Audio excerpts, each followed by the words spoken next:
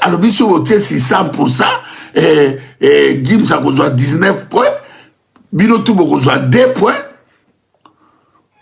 Bon beta musique boya na polémique té jana na makila na boti bastar. Azo vivre bien. Bana ne balingaye, asangisa bana na inyos, bana na respect na papa na bango. Gims a sombeli papa na indako. Gims a sombeli papa de Mercedes asika. Mais c'est bien. Soki jana na zoaki angote na mi jana na pa somba bakare bele. Le msubo ebi histoire te. Jana na zuta puta zoya na bakar, na ba shokser tu ba kamola na bakar. À l'époque, ba wenge bazalaki ba génération yo, ba yaki na bakar, na tawana, les musique évolue et comme na ba business, mais bon ko comparer te Johnny Hallyday na musicien moko Congo ya pas mal. Tia Gims na basima ba Johnny Hallyday, tia Gims lelo asa numéro 1, number 1 na France. Bastar la République à France.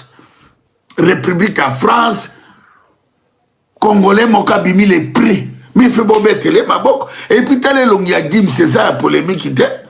Gims, c'est un milliardaire. C'est millionnaire. Il y a t'as la Djadjou, t'as la Gims. Babano bien éduqué. Baby n'a pas polémique qui était. Ce qui est, moi n'a Gims. A comme si papa ne confie. Yabino ni batafari là-bas au côté. Bon, on a droit au côté pour musique ya farira na Gims eza ndenge moko te pe kozalaka ndenge moko te. Musique ya Gims eza ba français. Musique ya farira ezali ya ba congolais. Et baza bo comparer bango te. Bato ba adopter musique ya farira eza bino ba congolais. Les lorsque tu as consommé musique ya maître Gims à cause ya ba français mindele ne mutu ba bibisi bango ba français balingi na bango makile gangi ba Gims wana bazoka ba Joseph mona na Jacob a gangi makile bimili banda zo konzwa mindele tout ezata na ye bino bo sepela botika soka lobi Gims alobi lelo ngana bise bino ke confiance à légende. Kofi aza légende, malgré ba Kofira aza légende. Natia Kofira, Pobolo bateau, bonabo.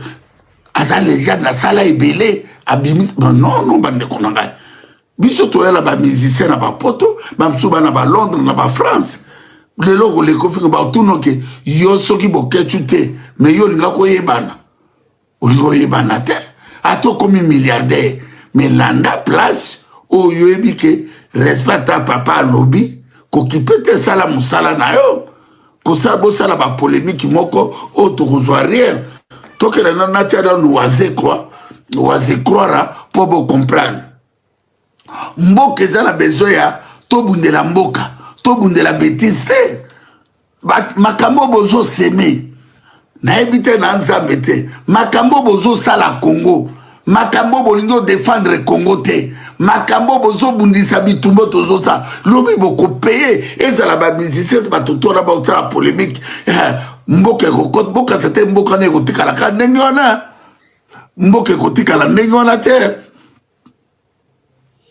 bo mema mboka na buzoba o bozo mema mboka te bo mema mboka na buzoba te toka boka na lo waze croire boluka waze croire tous allons les Kamboua Gims pour la sali polémique mingi. Oui. Il faut d'abord tout le langue bien avant qu'on a progressé. Il faut respecter Rabat. Gims n'est pas aliwana, nan leki na yedaju. Au moment où nous parlons, c'est les deux meilleurs artistes qui vendent le mieux na niveau en France. C'est les deux meilleurs artistes qui vendent le mieux na niveau en France. Donc c'est extraordinaire que vous en avez battu. N'engona, vous pouvez passer les lambeaux la biso. Vous avez meilleur la biso. Oh, biso toujours accepter. Bana on va botter ma coller la poto. Ben on va remettre la léopard. Et voilà tout c'est peli. Ah bah kambo est tout c'est peli. Ah ma soko est unico. Donc ça dit que ceux qui ont ma kambo ya balé, bah on a la bande balingi. Mais bana balé c'est pour la léopard de la musique, ça devient un problème. Pourquoi? Et ça coûte un problème de mon côté. Gims c'est un multimillionnaire. Gims c'est un multimillionnaire. Même surtout quand c'est un camarade Nabiso. Ali multimillionnaire. Gims, de fois, président Fachité pour pas ça mbongo. C'est lui plutôt qui a des choses à donner à la République démocratique du Congo. Tout va y aller dans les tout ça, on a côté bateau sur la marque. À qui nous avons affaire? À qui nous avons affaire? Les alliés, ça a coupé. C'est-à-dire, pour la l'équipe musicien congolais, n'y a son ambon. Tout ça, les trucs, on va maman, tout ça. On t'a expliqué que les maîtres qui sont dans la bouille, dans la bouille. T'es carré les amis. Sur la classe, maître qui m'a reçu 19 sur 20, ou à l'India dans la 10 sur 20. Sur la classe, maître qui m'a reçu 19 sur 20, ou à l'India dans la 10 sur 20. Sur la classe, maître qui m'a reçu 19 sur 20, ou à l'India dans la 10 sur 20. Rapport aux attaques. Alors, mon tour, souvent, dans les bilans, on a un intérêt à Congo. Allez, on a un léopard à Bisso.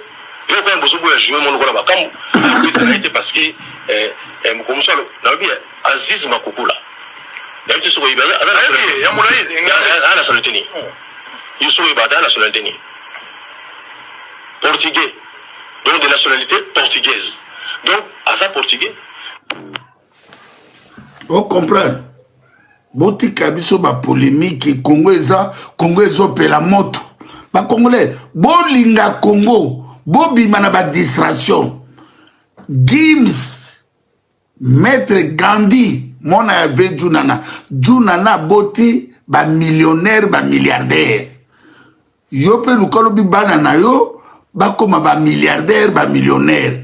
Juna janana atikaka papa mon grand frère moko non bande ko nangai na ba génération ba musicien moto aza simplicité lokola yaya Juna jana na zate tous les matins ya bato ezala na ego pakenda